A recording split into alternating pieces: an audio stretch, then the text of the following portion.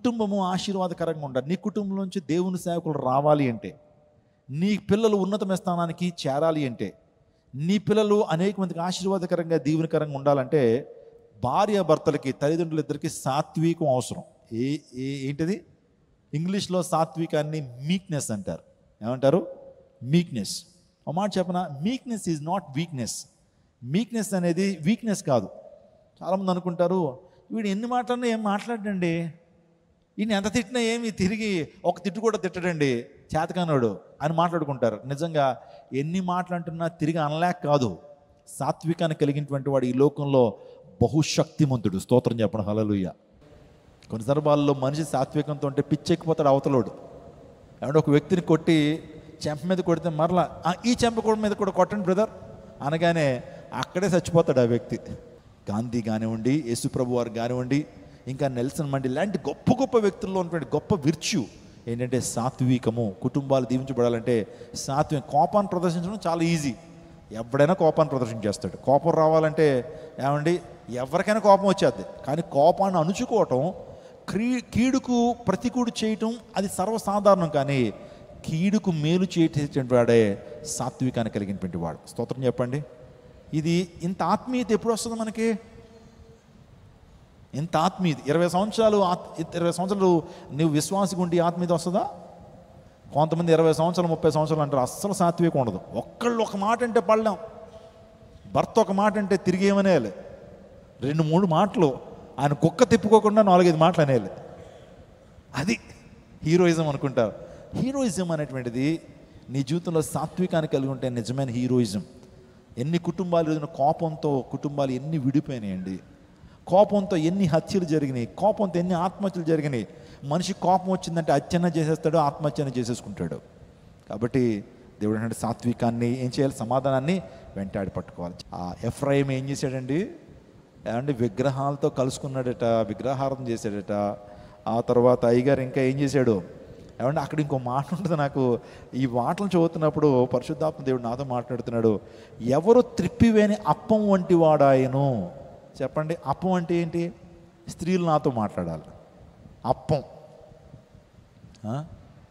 మాకు అంత గ్రాంధికం తెలియదు పాస్టర్ గారు అంటారా? అప్పం అంటే రొట్టె. ఏంటది?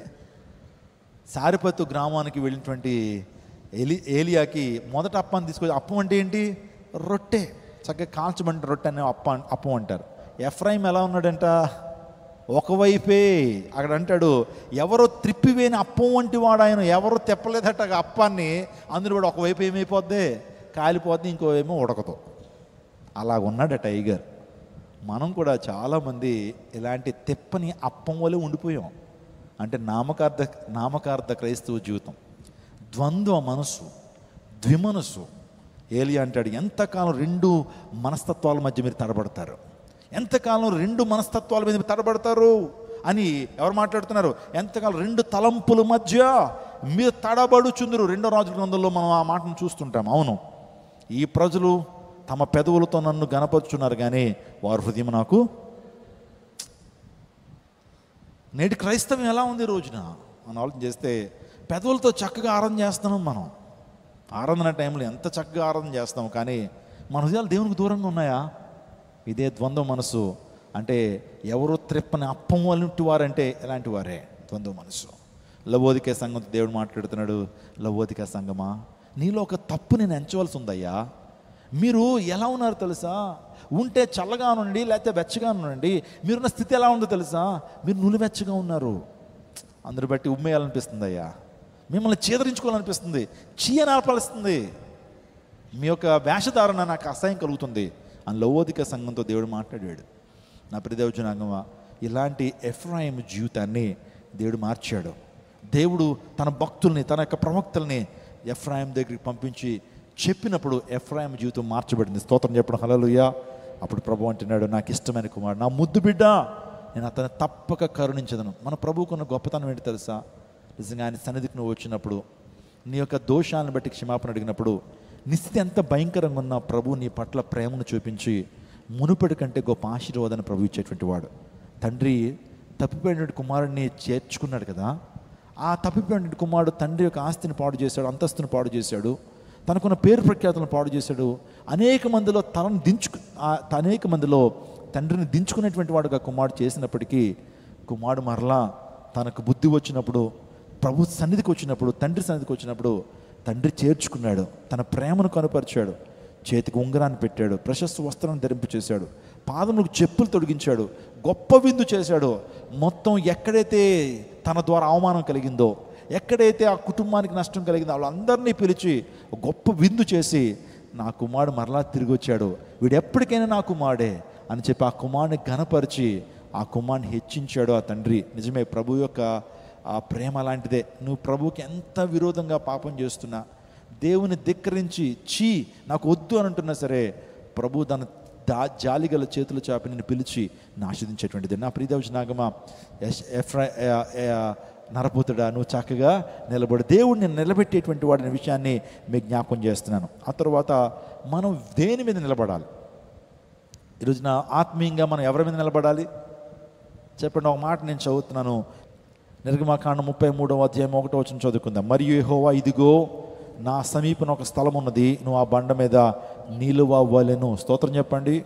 యెహోవా, ఇదిగో నా సమీపన ఒక స్థలం ఉన్నది, నువ్వు ఆ బండ మీద నిలువవలెను. దేవుడు మోషేతో మాట్లాడుతున్నాడు, నువ్వు ఆ బండ మీద నిలబడాలి.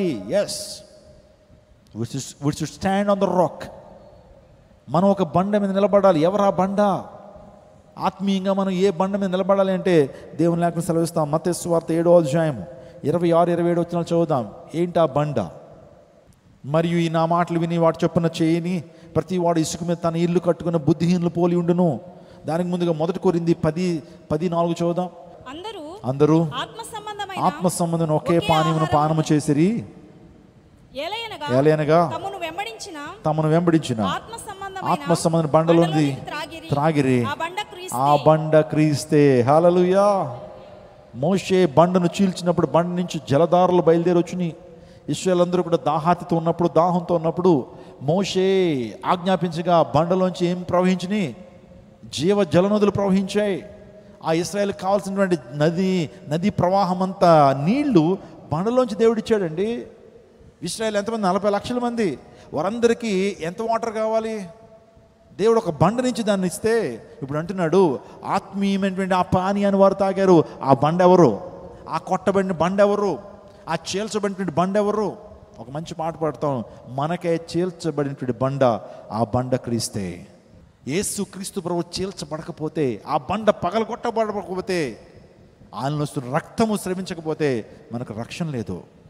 ఈరోజున యేసు క్రీస్తు ప్రభు చీల్చబడ్డాడు కాబట్టి మనకు రక్షణ.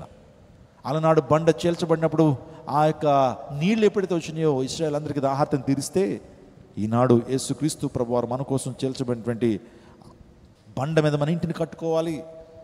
నా ప్రియ చెల్లెములు, తమ్ముళ్ళు, వేటి మీద మీ జీవితాన్ని కడుతున్నారు? ఎవరి మీద మీ జీవితాన్ని కడుతున్నారు? సైన్స్ మీద కడుతున్నారా? లోకంలో ఫిలాసఫీస్ మీద కడుతున్నారా? లోకంలో పోకళ్ళ మీద కడుతున్నారా?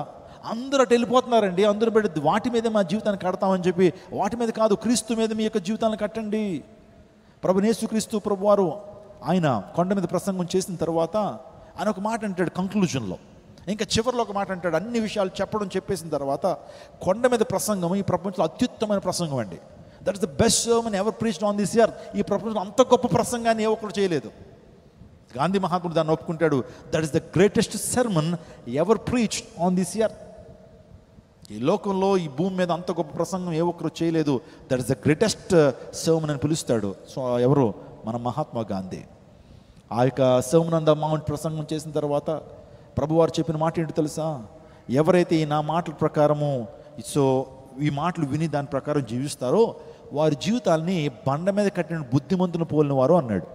అంటే యేసయ్య మాటలు విని వాక్యం మీద వారి జీవితాలను కట్టినటువంటి వారి జీవితం అనేటువంటి ఇంటిని దేని మీద కడుతున్నారట? బండ మీద కడుతున్నారట. ఇప్పుడు చెప్పండి, బండ మీద కట్టిన ఇళ్ళు ఎలా ఉంటాయి, ఇసుక మీద కట్టిన ఇళ్ళు ఎలా ఉంటాయి? నీవు ఆధ్యాత్మిక జీవితాన్ని వాక్యం అనేటువంటి బండ మీద కడుతున్నావా? కొంతమంది వాక్యం మీద కట్టరు. ఎలా నమ్ముకున్నావమ్మా? దేని మీద నువ్వు కట్టావంటే వాక్యం మీద కట్టరాళ్ళు ఏదేదో అంశాలు చెప్తుంటారు. ఈరోజున ఒక మాట, వాక్యం మీద కట్టబడినటువంటి ఆ కుటుంబాలండి, అపోస్తుల బోధ మీద కట్టబడిన ఆ కుటుంబాలు ఎన్ని ఇబ్బందులు వస్తున్నా, ఎన్ని శోధనలు వస్తున్నా, ఎన్ని ప్రతికూల పరిస్థితులు వస్తున్నా స్థిరంగా ఉంటారండి వాళ్ళు. మీరు ఏ దేశం వెళ్ళిపోయినా, ఎక్కడికి వెళ్ళిపోయినా వాక్యం మీద నీ యొక్క ఆత్మీయ పునాది కట్టబడితే నువ్వు చెక్కు చెదరవు. అసలు ఎంత భయంకర యోబు లాంటి శ్రమలు వచ్చినా సరే, యోబు ఏ విధంగా చెక్కు చెదరకుండా తన ఆత్మీయ విశ్వాసాన్ని కాపాడుకున్నాడో, మరణిస్తున్న టైంలో కూడా సాతానుడు తన భార్య ద్వారా శోధించినప్పటికీ, ఆ భార్య ద్వారా శోధించబడినప్పటికీ యోబు మాత్రం కూడా స్థిరంగానే ఉన్నాడు. ఎందుకంటే తన యొక్క పునాది లోతుల్లో వేసుకున్నాడు. స్తోత్రం చెప్పండి, హల్లెలూయా.